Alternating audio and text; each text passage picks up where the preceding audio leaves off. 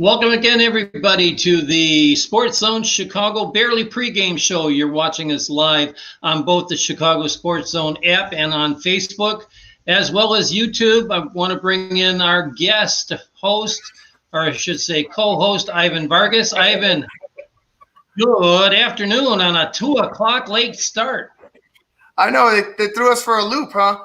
I wasn't expecting this, but no, who is expecting one player to catch COVID and then the snowball effect that happened. But yeah, Bears get a more prime time, I guess, game. I'm looking forward to it either way. It's going to be a big game for the Bears. Subprime, I guess. The 325 slot is the prime slot of the late games. But speaking of games, since we are starting a little bit later and it's now well into the third quarter, I'm going to quickly go over the scores for those of us that, for our fans that have joined us live that might not be able to watch. Of course, the league season 4 or week 4 got started with Denver traveling to New York and thrashing the Jets. Who doesn't thrash the Jets? They won 37-28. Cincinnati is pulling away from Jacksonville now with 8.5 minutes left to go in the third. They're ahead of Jacksonville 24-13. In probably the biggest surprise of the day so far, the Chargers have gone down to Tampa Bay. They actually got off to a 24-7 lead, but they gave the ball up deep in their territory and gave Tampa a free score. So it's with 11 minutes to go in the third, the Chargers actually up on Tampa, 24-14. Baltimore is cruising with 3 minutes to go in Washington, and they lead the Washington football team 28-10. And another surprise, Carolina is up 28-7 over Arizona. Seattle is down in Miami, and they're ahead 17-9. And it looks like Miami just scored a field goal to cut that lead to 17-12. Minnesota is just barely ahead of Houston, 17-16 at the end of the third quarter. There's 41 seconds left to go in the third.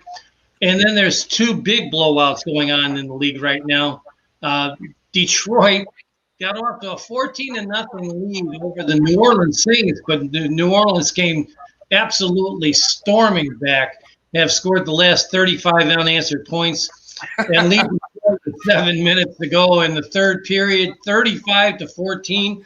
And it probably, if not the biggest, the second biggest surprise of the day, Cleveland from the get-go is just absolutely throttling the Dallas Cowboys. They lead with 8 minutes to play in the third quarter, 38-14. This is and I'm watching both games because I got my buddy Luke here. We do the Basement Monsters show. It's typically after our show, but today it was before. But he's a Bucks fan. We're watching this game, and it's weird. Like the Chargers look good, but I think it's more Justin Herbert. I think Justin Herbert is. I think they found their franchise quarterback. And for the Dallas game, where are the Cowboys? Like this team is. On paper, you're supposed to be these world beaters, and you are not that. Absolutely. Before this game, Dak Prescott was on a pace to be just absolutely lights out. He was on a pace to throw for over 6,300 yards going into this game. And he might have to throw for 6,000 yards at the end of the second half to get this game close. But it's just been all Cleveland all day long. Yeah, all Cleveland, and they've been just that three-headed monster. I mean, they lost Nick Chubb, but they do have a three-headed monster, as we could see with Johnson, as well as Kareem Hunt, and that run game of the Cleveland Browns has pretty much just controlled the game. Absolutely.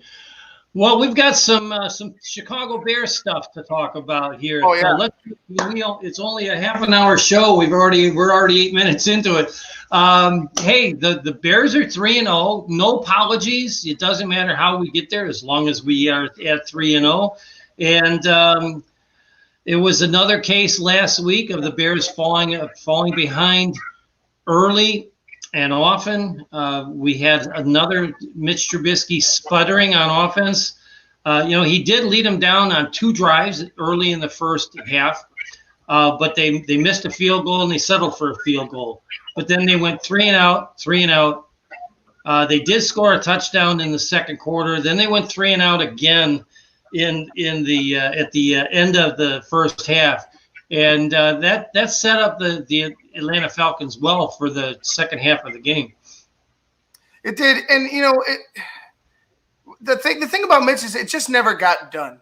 Let's just look at it for what it was in Atlanta. You got the last place passing defense, and you couldn't muster up anything against them. And then you see Nick Foles on the flip side. And by the way, Trubisky was 0 for, I believe, when Nick Foles took over on third down. And I think that's the straw that broke the camel's back with Matt Nagy, because you're not even giving yourself another opportunity. You can't convert on third down. It means you the game's lost pretty much at that point. At that point, if they would have left Mitch in, the Atlanta Falcons would have routed the Chicago Bears. And there would have been, and Nick Foles would have been starting this week anyway. But I think that the difference is that Mitch just doesn't get it. He still doesn't get it. You see what happens when Nick Foles came in the game. He was getting 2 plays. He was given the freedom to dissect the defense and call something different as he saw fit. You're never going to see that with Mitch Trubisky. You're never going to see that with Mitch. He just doesn't understand the defense. I truly believe that, because as soon as Nick Foles came in, you saw how wide open that offense became. The confidence. You just saw confidence both on the offense. You saw confidence on the defense. Yes. So let's kind of set the stage for what happened. Atlanta came out and scored right away to begin the third quarter. The Bears got the ball back. Third play from scrimmage after only 2 yards is the infamous pass. It might be the last pass that Mitch Trubisky ever throws as a starting quarterback for the Bears, and he threw it right into the arms of a linebacker who took it back. And I got to give Trubisky credit, because he went over and made the tackle, and the defense was stout and held him to a field goal. But that's when Nick Foles came in and took over. And what did he do? He led the team right downfield. He threw a touchdown pass to Allen Robinson. They scored it as a touchdown. It was ruled a touchdown by the officials. It went to replay. It got overturned. I hate to say it, but I have to agree with the call, because as they came down, he wrestled the ball away, and it was an interception. He actually went 3 and out his second possession. Right. 4 straight touchdown passes. One got Dry Miller on a 4th down, so they didn't get a second chance. But they threw a touchdown he threw the touchdown to A-Rob, and then he threw the game winner to Anthony Miller in the find the ball at the L pass. I loved it. That's just a great story, Ivan. So to kind of set the stage, the Bears had the ball at the Atlanta 28, just at the 2-minute warning of the fourth quarter, and Nick Foles predicted the coverage that Atlanta was going to come in. They had shown an all-out blitz earlier in the game, but they backed off into coverage, and he kind of thought that they were going to do the same thing, only they were going to come at him. Got to remember, it's third down. Mm-hmm. Third down with to go. The Bears are down by 3 points. And Foles says, if they come with an all-out blitz, get to the L in the end zone. So Atlanta's got this new thing they're going where instead of spelling out the word Atlanta, both on their jerseys and in their end zone, it just says ATL. Right. And he basically said, just get to the L. And if you look at the pass play, that ball landed right in the middle of the bottom part of the L. And, Miller made a great play on it to get open.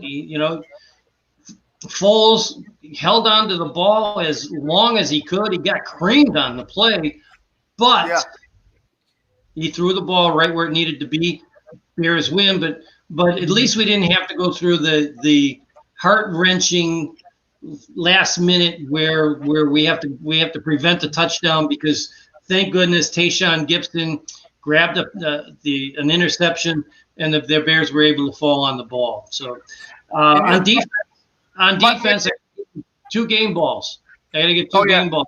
I got to give Tayshaun for the interception, and I got to give Akeem Hicks the game ball for he's got 1.5 sacks on the day, 3.5 on the year, and of course the game ball on offense goes to none other than Nick Foles. Yeah, and Nick was it was comforting watching him. He was comfortable in the offense. Everything and I'm pretty sure, like I said, I got my guys here still. Like the vibe of the whole game, you just felt comfort when he was operating the offense. Even when he went 3 and out, even with the interception, you felt like the Bears are all of a sudden in the game. And it's just good to see a quarterback that can just move the ball. We need somebody that sees the field. We need to convert on 3rd down. Mitch was not doing that. Let's just put it how it is. Mitch wasn't getting the job done. And if Nick could get the job done, and we saw what he did against, granted, the worst passing defense in the league, but he did it. Like, he got the job done. He did what he was supposed to do against a bad team like that. As far as the defense, I thought the defense was flat, and then all of a sudden, as soon as Mitch got benched, they'd hit another gear. Yeah, they hit another gear on both sides of the ball, offense and defense, and it was just a delight to see. And that spark was just enough to get them through the game. It's going to be interesting as we segue into our previewing today's game, if that carries over. You know, if that excitement both on offense and defense carries over. I think the first series of this game, whether the Bears are on offense or defense, could tell a lot about what goes on in today's game. Yeah, and I think the Bears need to come out running the football. They need to go ahead and attack the defensive line that is pretty. It's very stout. It's been getting after the quarterback.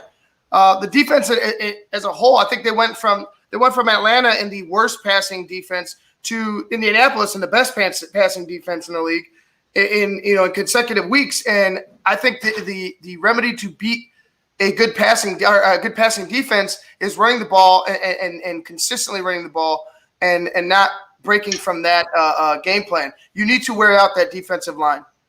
Absolutely. Let's get more into previewing this game after we hear from our sponsor, Ivan. I just heard my favorite band is in town. I'd love to get good seats, but everywhere I've looked, the ticket sites have crazy service fees. Haven't you heard of TixSplits? Who? TixSplits. They don't gouge you with crazy fees. The price they advertise is the price you pay, plus a small delivery fee. Never pay service fees again. Go to TixSplits.com today. TixSplits.com. Guaranteed seats, low prices. That's TixSplits.com. Every ticket, every venue, everywhere. And if you use promo code BEARS in all caps, you can save 5% on every ticket purchase. And remember, you never pay a service fee at TixSplits.com. Well, the Bears play the Colts, and the Colts and the Bears had quite a history throughout the early part of the NFL. And they pretty much played every year from the time that the Colts got into the league until they went to the merger. And the Colts got moved from the NFL to the AFL and became part of the AFC. The Bears, faced the Colts. Of course, as we know, the Bears are 3-0. The Colts are 2-1. They got off to a shaky start. They got beat by Jacksonville, and Jacksonville right now is getting beat by the Cincinnati Bengals. And then they've lost. They won 2 games, but they played a Minnesota team that was just absolutely dysfunctional, and they played what seems to be so far the NFL patsy, which is the New York Jets. So on offense, let me ask you this: when we started the season, if you told me that the Bears could average 24 points a game and had an offense somewhere in the middle of the pack, we're going to win a lot of games. Correct? Oh, no doubt. So the Bears have averaged 24.7 points per game. They're averaging 230 yards a game, passing 138 yards per game, rushing, which is 11th in the league. I believe 20th in the league in passing. So there they are, right in the middle of the pack. It's been the defense that has let up a lot more yards than we thought. I think we're missing Eddie Goldman a lot more than we thought we would.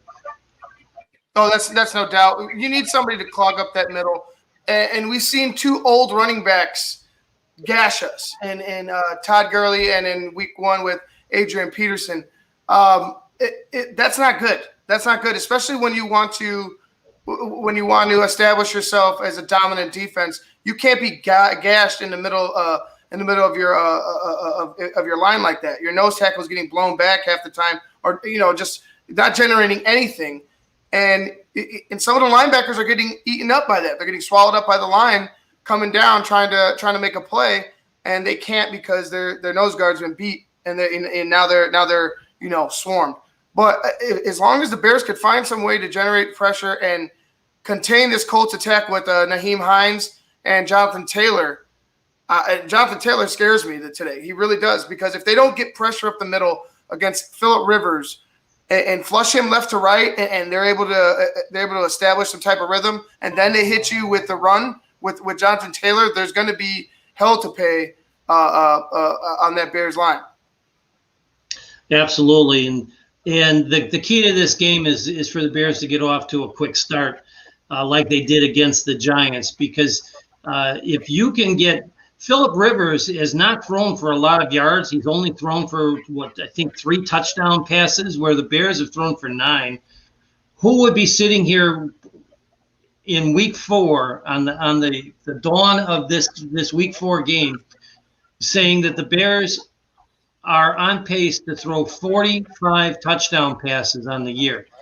That would be unconscionable. We've never seen that before in the history of the organization. I wouldn't even have thought that would have been even an option. You know what I mean? Going into it, I was thinking it was going to be Mitch's team, and I was like, all right, well, if he could just quarterback manage and don't screw up and whatnot. But now we're looking at it with a completely different set of eyes with Nick Foles, and you saw it, Mike. The offense, like I said, it opened up. There was things that were happening that I've never seen Mitch do. I haven't seen a quarterback do in this offense, as long as Matt Nagy has been here, and it's a huge difference. So I hope they open up, and I hope they score a lot of points now that they moved on from Mitch Trubisky to Nick Foles. You think that they're going to stick with Foles through the rest of the year, provided he stays healthy? Part of me says they should. Part of me says that, yeah, they absolutely should. If he's winning, if there's a consistency with Nick Foles, continue. Why would you break that up? I mean, you got to see what happens now. This is his first game starting, so let's see how he responds. But what else could you do? Going back to Mitch Trubisky without any type of injury or any type of justification for losing your job from Nick Foles would just be it's a clown show. The Bears might as well put clown makeup on, because that's what it will look like to the rest of the league. You're like, who's your guy? You don't know who your guy is, and it looks even worse for Matt Nagy, because now the players are like, well, who do we trust? You're absolutely right. You're absolutely right. So what do we got here? I think that the Bears need to stay balanced on offense. Yes. They had to get away from they had to get away from the running game last week because they were so far behind. And they threw for 49 attempts to only 24 rushes, something like that. So I really expect a big game from this guy right here. I'm wearing Montgomery's jersey today. So 4 games in 4 different jerseys. So here we are. Nice. And I think that he's going to be a key to the game. But like I said, the Bears have to get off quick. They have to stay balanced. If they can keep, I don't care how good a defense is, if you can keep a defense off balance and not being able to predict, and that's what the Colts have been able to do. The Colts got off to double score leads in their last 2 games, and of course they played 2 terrible offenses. At least Minnesota's offense was terrible 2 weeks ago. they scored a lot of points to open the season against Green Bay, and they've now scored 31 points today with 10 minutes to go in the fourth quarter down in Houston. But that's Cousins. Cousins can be he runs like the water in a third-rate hotel. Sometimes it's hot, sometimes cold. You never know what you're going to get. So it's going to be interesting. But that's the key to this game, is staying balanced on offense and keeping the ball out of the hands of the Colts offense. If you can dominate the time of possession, limit them, because like I said, their running game has been okay. It's about the same as the Bears. In fact, the Colts have only rushed for 119. I don't say only, because anytime you average over 100 yards is a pretty decent running attack. But they're 119 yards per game, but the Bears are actually 138 yards per game. So if they can control the line of scrimmage and keep the defense off balance to a couple of score lead, Rivers isn't doing that well. He leads the league, I believe, in passing percentage completion rate. He's 78% completion rate is just ungodly. I don't care if we are talking 2020 when it's the era of the passing attack, but 78% is absolutely insane. But he doesn't have a lot of yards. They're only throwing for 264 yards a game. The Bears, for inconsistent as their passing game has been, are only 30 yards a game behind him. So, and now you've got Nick Foles that can read defenses a lot sooner. He can process things faster than it's obviously that what we've seen from Trubisky. This could be a very interesting game, and I think this is going to really help the Bears in their confidence if they can get past the Colts today. Yeah, and you know what, Mike? Like, I know you got Montgomery, and it's a perfect tie-in because I actually got the punky QB on today, but he's wearing number 9, and my pick to click for today is Nick Foles. Like, Nick Foles, I think this Bears offense is about to have a coming out party in a sense. I think that we're gonna see things with Matt Nagy's offense that we've never seen under Mitch Trubisky. I think Nick Foles coming in the game from Atlanta to now to hearing his interviews, he just exudes confidence, and that's the guy we need back there. That's the guy I want back there right now. That's the guy I want back there throughout the season. So my guy's number 9 in Nick Foles, and I hope they can go ahead and attack with your guy Montgomery, and I mean, he's my guy too, because I think he should have a big game. If they can attack that defensive line and wear him out, that Nick Foles is going to have a big game, I feel, today. I think so. I think you're right, and I'd love nothing more than to see Foles throw for over 300 yards and 3 touchdowns, and Montgomery run for 125 and a score himself. But I'd like to see the defense really get off track, and I'd love to see our rookie on the corner, Jalen Johnson, get a pick 6 today, because if the Bears can put pressure, let's face it, the Colts offensive line is a good one.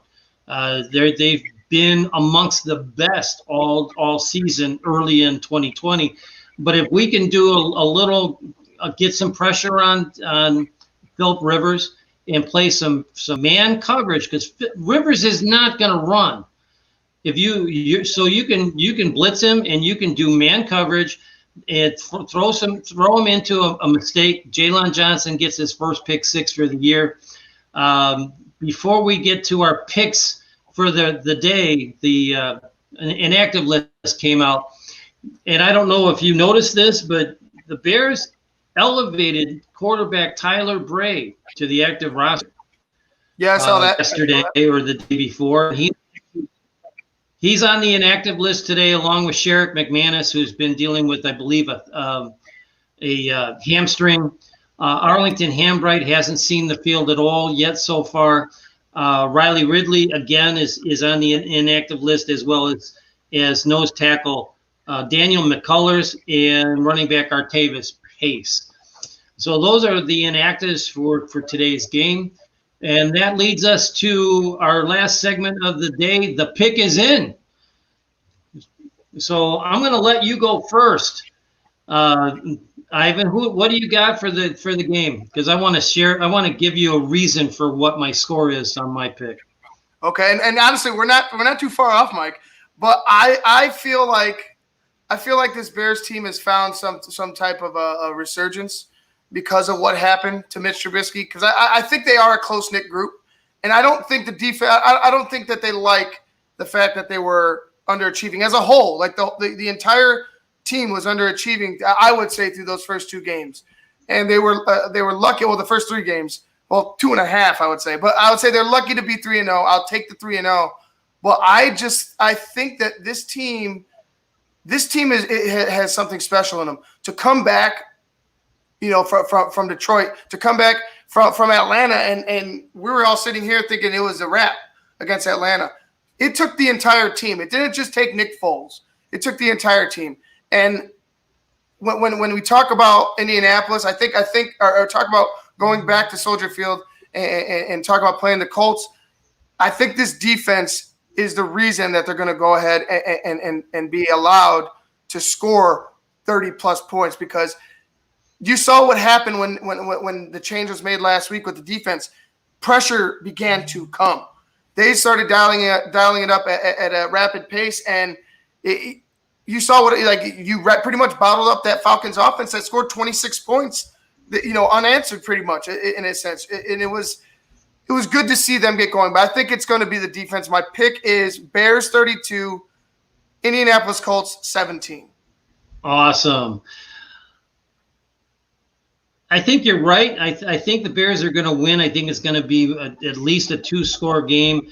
The reason I picked the score I did was this is the first game that the Bears have played at home since the passing of Gale Sayers. So that's why I've got the Bears winning 40-20 for this week's game. I'd love to see. In fact, I'd love nothing more to see that pick six come towards the end of the fourth quarter, making it 40-20, and the Bears take a knee on the extra point, so they stay at 40 to honor Gale Sayers. It would be funny if it turned out that way, but as you can say, by the guy he's right there behind me as you clicked off of me as you put the panel up. But this is the guy that really cemented my love for the Bears growing up as a kid. I was able to actually be in the stands his rookie year as a kid of 8 years old, and just loved the electricity that he gave to the fans and to the city. And nothing would be sweeter for the Bears to score exactly 40 points today. Yeah, and I think I couldn't disagree with that. There is a little extra motivation because of the passing of Gale Sayers. I'm sure that they're being in the locker room today and throughout the week, they're being told exactly that. This is the first game after, and what it means, what it would mean to get the win at home after this, after the passing of Gale Sayers. It's that has to resonate within that locker room, because like I said, I think this is a bunch of guys they're about that family idea. And they're really tight. They really want to work together, and they're all fighting for one goal, and that's to win the Super Bowl. Absolutely. Hey, before we leave, I want to do a special shout out. A dear friend of mine wrote me today saying she's watching from Kansas City. So Millie, if you're out there listening in, I wanted to thank you for your kind words. Love you lots. So let's bring home a Bears victory today, and let's bear down, my friend. Bear down, bear down, bear down. I just heard my favorite band is in town. I'd love to get good seats, but everywhere I've looked, the ticket sites have crazy service fees. Haven't you heard of TixSplits? Who? TixSplits. They don't gouge you with crazy fees. The price they advertise is the price you pay, plus a small delivery fee. Never pay service fees again. Go to TixSplits.com today. TixSplits.com. Guaranteed seats, low prices. That's TixSplits.com. Every ticket, every venue, everywhere.